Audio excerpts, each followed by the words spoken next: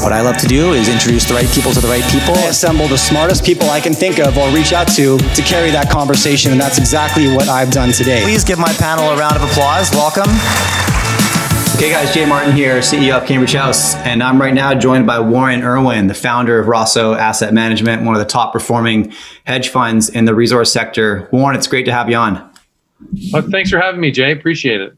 Yeah, no, I'm excited. There's so many things I want to talk to you about. I want to focus this conversation on uranium, and but to open up, I followed you on Twitter. My first question for you is, what's going on with our Prime Minister? Oh, yeah, it's just, I'm stating that pretty much the obvious things that the Canadian press does not want to cover, which is there have been no signs of his wife around. There's been rumors of the separation, which I picked up many, many months ago. She obtained COVID, and somehow that highly contagious disease didn't get to him. So obviously, they're not spending a fair amount of time together. And just recently, I picked up that she'll be filing for divorce, but that's just, of course, at this stage, just a rumor. But what blows me away is there's not a single thing being covered in the Canadian press about this. And the implications for this is going through a divorce is very traumatic for both parties involved. And if he is going through something that traumatic during a very crucial time in our country's history where we're trying to do a successful rollout of the COVID vaccine, and that's not being handled well, and it's pretty obvious it is not being handled well. It's I don't think it's fair that the Canadian population is not made aware of some of the personal issues he's going through at this present time, and we're all paying the price because the rest of the world is getting vaccinated and we're not, and it's an embarrassment and it's a travesty. And whereas the Canadian press, nobody's covering any of this nonsense. So I just thought I'd put it out there just so that the people who follow me on Twitter could know that, I state the obvious. And yeah, I felt it important that the people who follow me on Twitter were aware of what I was picking up, and that may explain what's going on in Ottawa right now. Interesting. Yeah. Okay. I won't dwell on that any longer, but had to ask because that was the first that I had seen of that news, and it was on your Twitter feed. Okay. Now, where I want to go to next is the uranium sector. Again, just catching on to some of your tweets, Warren. You've been talking about, call it a changing of the guard in the uranium sector, specifically talking about the Cameco, alluded to an acquisition of Nexgen. You think that's off the table now with their recent news. Can you elaborate on that for me? Well, I've followed Nexgen for probably 5 or 6 years. I was one of the first guys on the ground that realized that this could be a substantial new discovery. And it's turned out better than I could ever imagine. It's the biggest and richest new uranium discovery in the world. And it'll be a tremendous producer of uranium. It'll produce just under 30 million pounds of uranium a year into a market that is, around 180 million pounds. It's almost without precedence that you can have one mine producing that much of the market of any commodity, whether that be copper or silver or gold. It doesn't happen in those commodities, but in uranium, you'll have a producer producing almost 30 million pounds into a market that has consumption of around 180 million pounds. That's pretty extraordinary. And it's Nexgen has really been a dream come true for me and many of the investors who got in early with it. So, I've obviously talked to Cameco about this when I run into Cameco executives, and I say, listen, why don't you take a swing at Nexgen? I said, your properties are old and tired and beat up, and we have this tremendous discovery. And, they've been missing the boat for quite a number of years on this. They had many, many opportunities to buy it. And now what's happened is we have a situation where it's very clear that Nexgen has the capabilities, the expertise, and the financial clout to put this into production, and they're doing it. And so come, let's say 10 years from now, or not even that far, 5 years from now, you'll have a situation where Cameco will be about 5 years from the end of life of Cigar Lake. Again, if they put that back into production, so that's one of their two major projects. And McArthur River has been operating since around, I believe, 2000. And, it's Both of their mines are extremely complicated to mine, unlike Arrow, and I've spoken about this before. Arrow is a hard rock mine with uranium in it. The ore is so rich, it's quite a small footprint. You saw recently from the feasibility study that there's some tremendous aspects of it, like how they're getting rid of they're dealing with their tailings issues in the most environmentally friendly way and things like that. But so you look at Cameco, the industry leader, and they've got two tired old mines. One's going to be out of production at the end of this decade, and the other one has been shut down right now. It is the same as many old mines in that the easy stuff is mined first, and the difficult stuff is mined last. And MacArthur is a difficult mine, so is Cigar. Cigar needs jet boring. MacArthur River needs other techniques to deal with the high grade uranium. Both mines have flooded before and shut down production completely. That's not something that could happen at Nexgen, because you're in hard rock. You're not in sand that needs to be frozen. And so there's so many very difficult mining techniques that are used in these two mines owned by Cameco. And again, one of them is getting near the end of its life.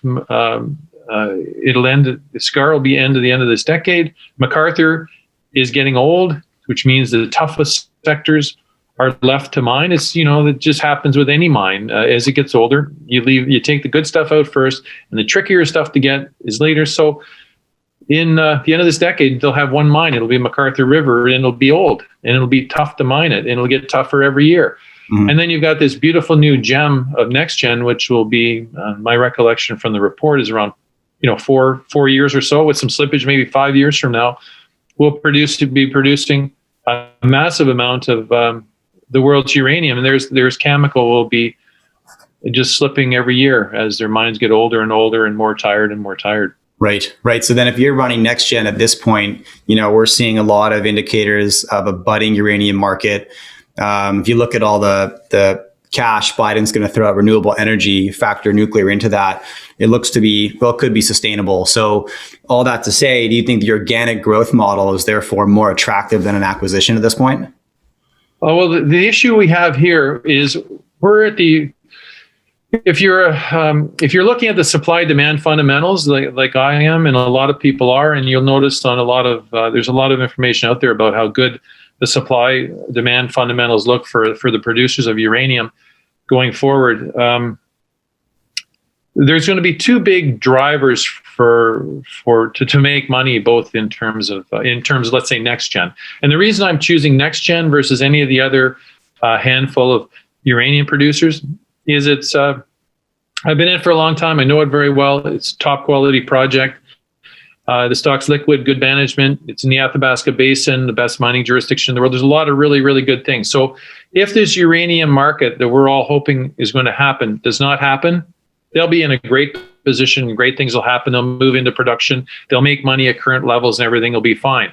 Whereas if you took, as an investor, a retail investor, let's say you got a little bit more aggressive at this stage, there's more risk, because if the uranium market doesn't happen, you may not fare quite as well. So there's two big drivers for, let's say, Nexgen and other players in the uranium market. The first is, I was around, like many of us old timers back in the day when uranium ran real hard, from around the 2003, 2004 to 2007 range.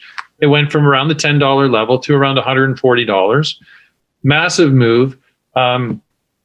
Names like Paladin was the big winner last cycle. It went up 160 times in value. It went from a few pennies a share to, I think, around $7 or $8. So that is possible in a good uranium market, and things are setting themselves up to be very, very good. So I think the biggest upside for a stock like Nexgen is just a good uranium market. Whereas in a potential acquisition by a large mining company would be sort of icing on the cake of that. The risk we have at Nexgen is if we're bought out by a multi-commodity or a major company, let's say one of the big mining companies. I don't want to drop names, but let's say one of them saw the economics of Nexgen, say we want to be a world leader in uranium production, and they bought us. And if they didn't give us cash and they gave us some shares, we'd be stuck with a much more diversified miner. Whereas in theory, you'd want to actually play the the uranium space real hard, because these stocks can go up many fold. And in the right scenario, Nexgen, in their feasibility study, it will generate roughly $1 billion a year cash flow. My recollection is around a $50 uranium price. Well, you start playing around with that uranium figure, and it starts really playing with their cash flow. So the main driver for the uranium space will be an eventual move in the spot uranium price, which will impact what the term market where most of these producers sell into. And then the icing on the cake would be an acquisition by a player who wants to get in the uranium space would be the next move. Yeah. Got it. Okay. And so, what we try to do on this show, Warren, is I guess, spot where the puck's going to be. My audience is retail investors, just like I am. We're looking for, highly speculative opportunities and more conservative plays in the commodity sector. Yeah. What could prove us wrong in the uranium market right now? Because supply demand fundamentals are very strong, right? But there's been a prolonged depression in the price. What could prove us wrong in our outlook? Well, I don't see a scenario where there will be much drop in the price of spot. What could prove us wrong there, prove me wrong there, would be another, 300 million pounds of uranium coming off some sort of secret stockpile that ABC or XYZ country had, right? Yeah. Hitting the market, that could impact spot. And the utilities will say, listen, we're not entering into any term contracts or $50 or $60, while we could buy a few 100 million pounds for the next few years off of XYZ or ABC country that happened to stockpile a fair amount of uranium. Now, the issue, of course, with predicting uranium is I've been early on it. Let's hope I'm early. And Cameco has made some thoughts that they thought the uranium market would turn around a few years ago too. So a lot of people have been expecting this turn some years ago, but there seems to be a supply of a secondary product that just keeps hitting the market, keeping a damper on things. So what could prove us wrong would be continued secondary supply. And there is speculation that it's gradually tapering away. So that would be one risk. The other risk, obviously, with the nuclear industry in general is if another major nuclear accident like Fukushima, which would shut down a lot of reactors and make the space put the space in a bad way and make it out of favor. But for right now, what's happening is there seems to be a reasonable amount of secondary supply hitting the market. It's not overwhelming the market. The market's sopping it up quite nicely.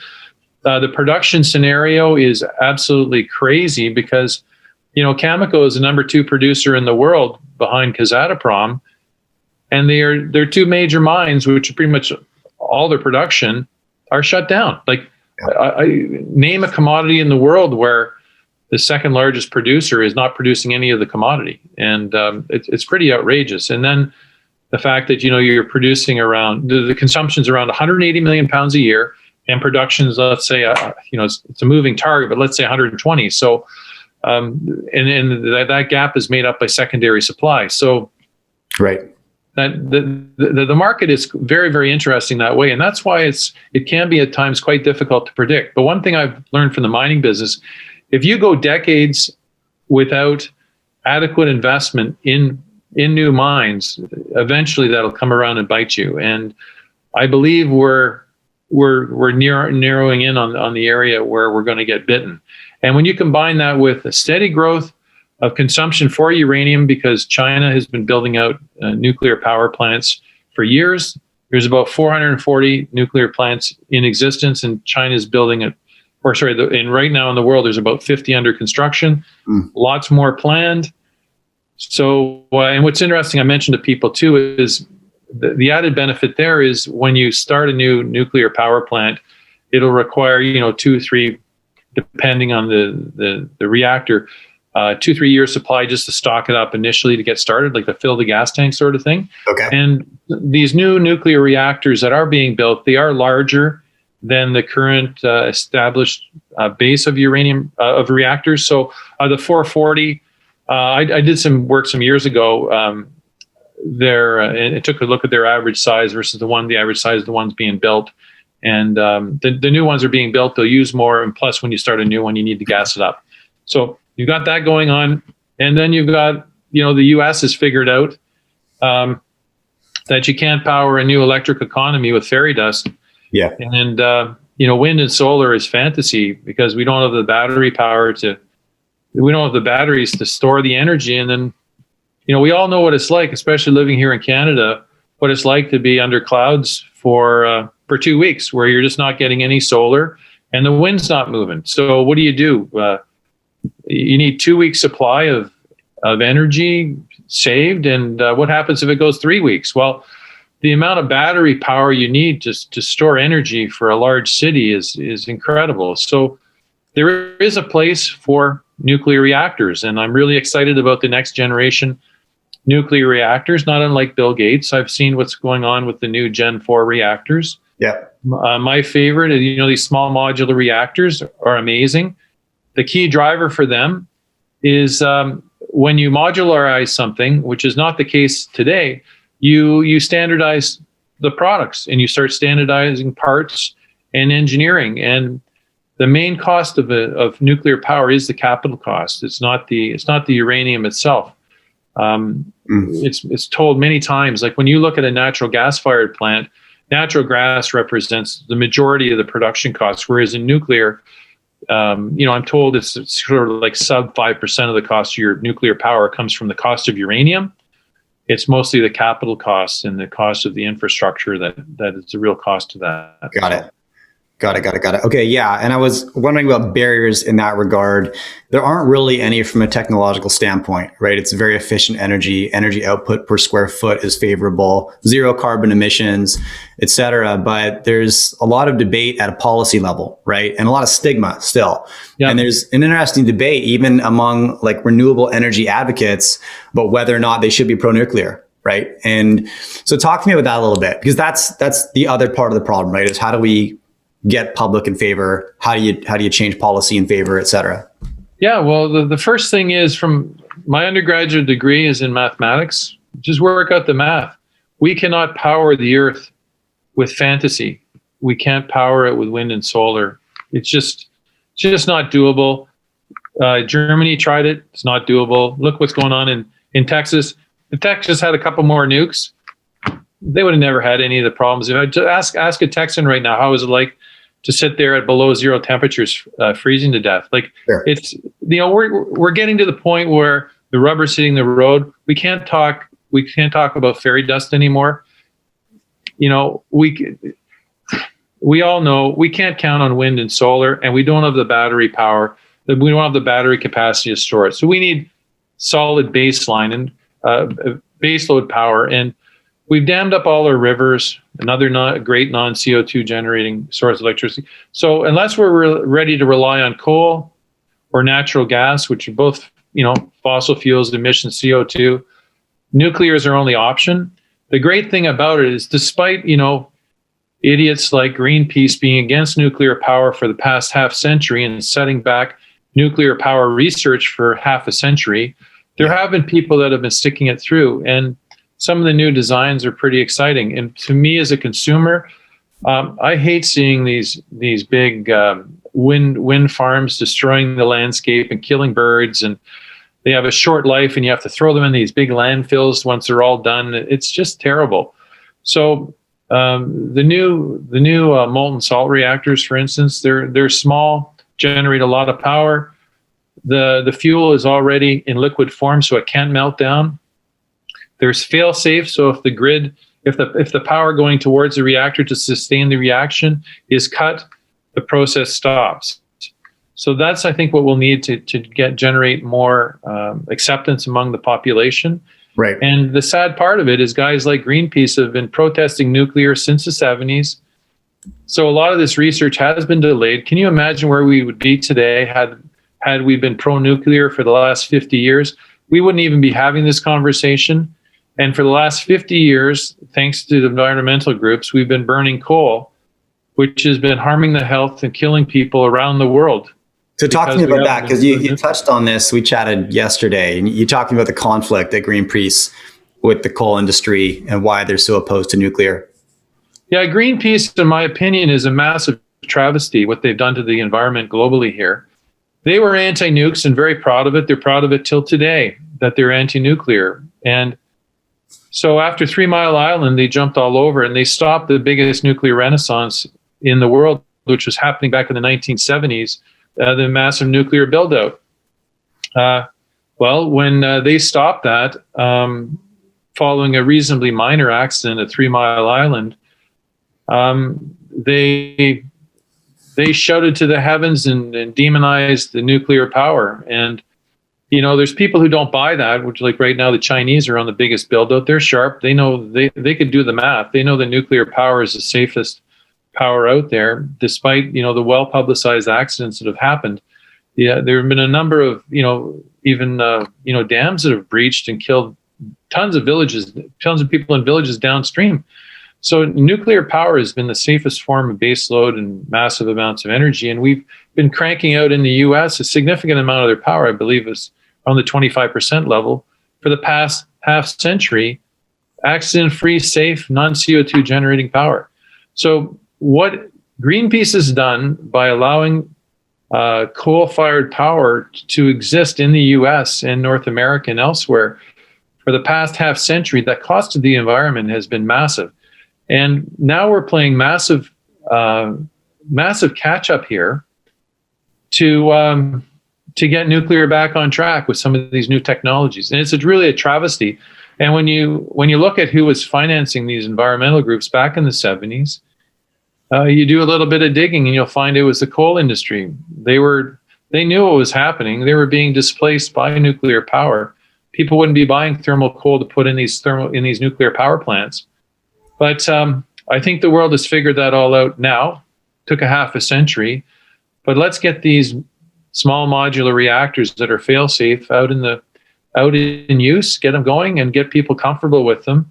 Right. And it'll be 1,000 times better than watching these terrible windmills just blight our landscape and take up acres and acres of land for solar. When solar, of course, how can you imagine working in Vancouver during a typical winter? I remember as a kid living in Vancouver, and it rained every single day for a month. Like solar just doesn't work.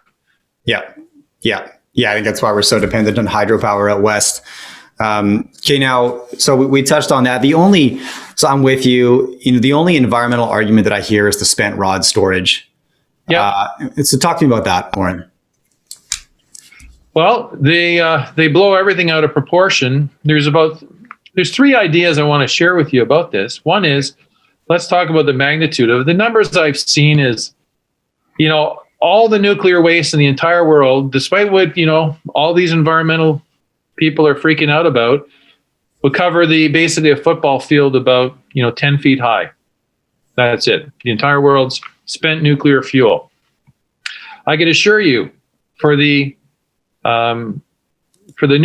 power that Greenpeace has, you know, promoted for the last half century, which is by being not nuclear, you're being pro-coal. And they were pro-coal basically for 50 years. Can you imagine the amount of waste from all that coal being burnt and all the nasty heavy metals that are sitting around wherever they're sitting around that have been concentrated? That's the travesty. So you've got this very concentrated nuclear, spent nuclear fuel. All the energy has not been taken out of it. Bill Gates is working on a new generation of reactors that will run off spent fuel and take that remaining energy out of it. The idea I believe is frankly the way to go is when you have a uranium mine in hard rock. When you sell a pound of uranium, you should be able to take it back at a later date and store it underground in these former uranium mines. And we're a ways away from that, but there are a bunch of different issues we could deal with, you know, spent nuclear fuel. And once we remove the hysteria from it and just stick to science and common sense, there are lots of solutions for it. Like right now, I'm told that spent nuclear fuel is just, the people are so freaked out about even putting it on the road that they leave it at the nuclear power site and it's just sitting there, which is, that's probably not the right option long term. Right. That scale puts it in perspective, though. Your comment about one football field, 10 feet high. I mean, that's mind blowing. That's mind blowing. Well, it's very compact, and I've not worked the numbers about. Can you imagine what the waste left over from burning 50 years worth of thermal coal?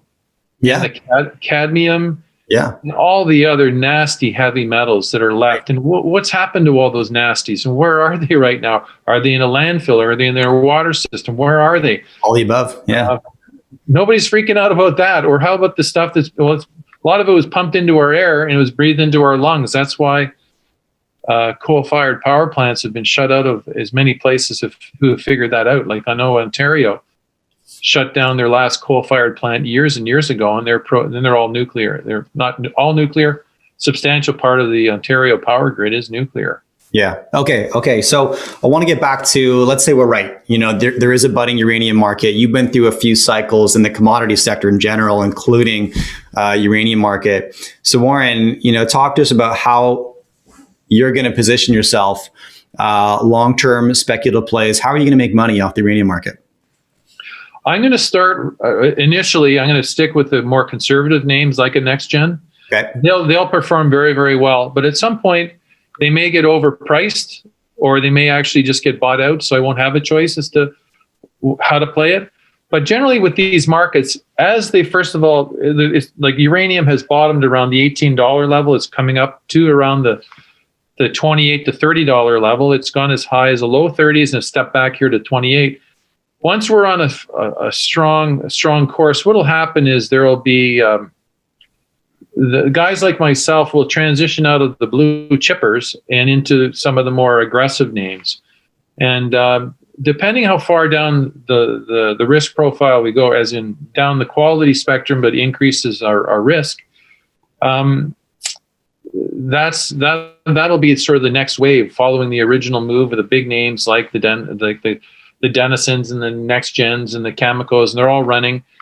Some people will take some of that money, transition out, and start taking a few more punts on some of the juniors and some of the up and comers. Yeah. And there can be a lot of money made in those up and comers. And there are many people who have talked about in the last cycle, there was hardly any uranium companies to begin with, but there were several hundred. There's estimates between 400 to 600 uranium companies by the time uranium hit 140. So rest assured, for all your punters out there who want to play, the original wave, I'm going to be playing it with the more conservative names.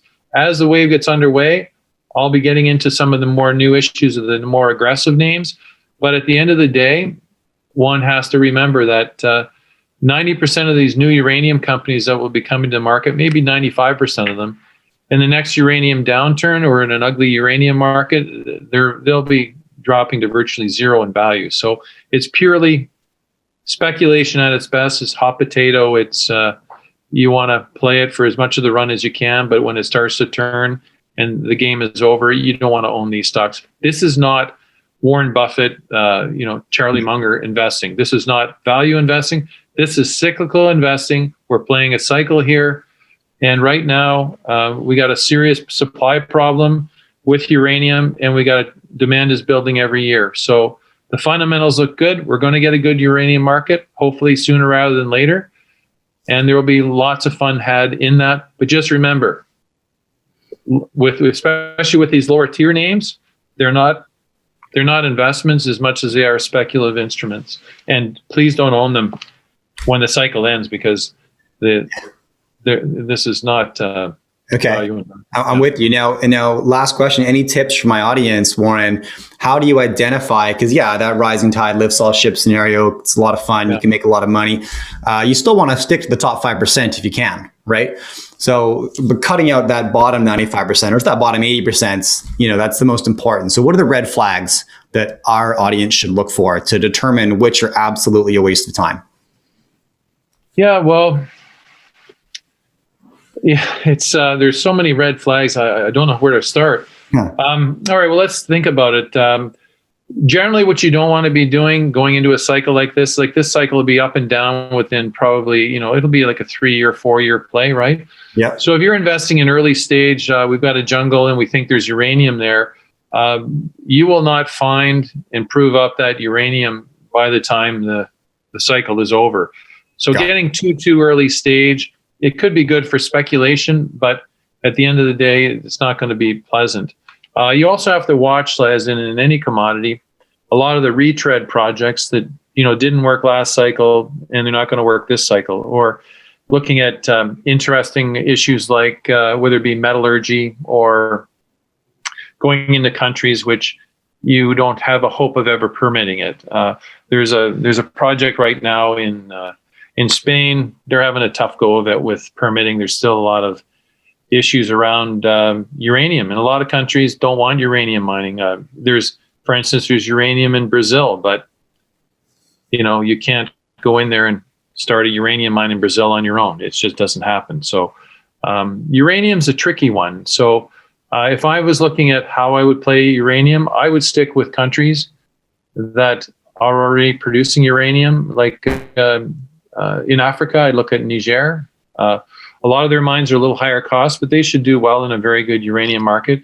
But the creme de la creme, it's northern Saskatchewan in Canada, right? That's the place. People will be trying to talk about, well, the U.S. needs the U.S. is the largest consumer of uranium. They have virtually no production domestically. And right. I've got this in situ leach project in Wyoming, blah, blah, blah, blah, blah. Well, I'm not a super big fan of that because, despite the U.S. not having the uranium resources, their closest ally in the world, Canada, has tens of millions of pounds of production of uranium, or should before too long. Yeah. So it'll be your closest ally has uranium, so the U.S. should just relax about that, I think. And then trying to invest in Kazakhstan, it's not northern Saskatchewan, that's for sure. And in Australia is the third largest producer in the world, and they seem to be a little flaky. Some areas love uranium, some don't, and then you're dealing with some of the indigenous peoples don't like uranium mining on their property, and so there's a lot of old stereotypes with respect to uranium mining that still play in around the world, even in mining countries like Australia. Everybody doesn't want the earth to continue to heat up. They don't want burn hydrocarbons, but none of these environmental groups give any realistic option as to how to power the earth. And trust me, if I'm running a factory in Hong Kong and I'm producing whatever I'm producing, I need steady, consistent power. Mm-hmm. And it's either coal or nuclear or natural gas.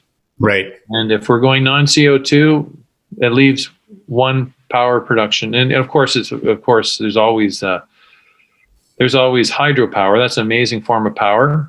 But I hope we get nuclear technology to the point over the next several decades where people are getting increasingly comfortable with it. The Chinese obviously are. They have their own new technology themselves.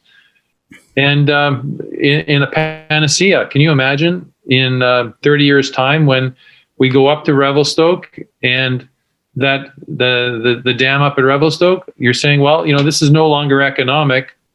Let's return the river to its original flow. Let the fish live back in the rivers. Let's remove all these dams that have been destroying our water systems around North America and the world. We've got these small modular reactors. They generate massive amounts of power cheaply. And ideally, these big monolithic hydropower plants are no longer economic. Let's remove them from the rivers. Let's restore the rivers.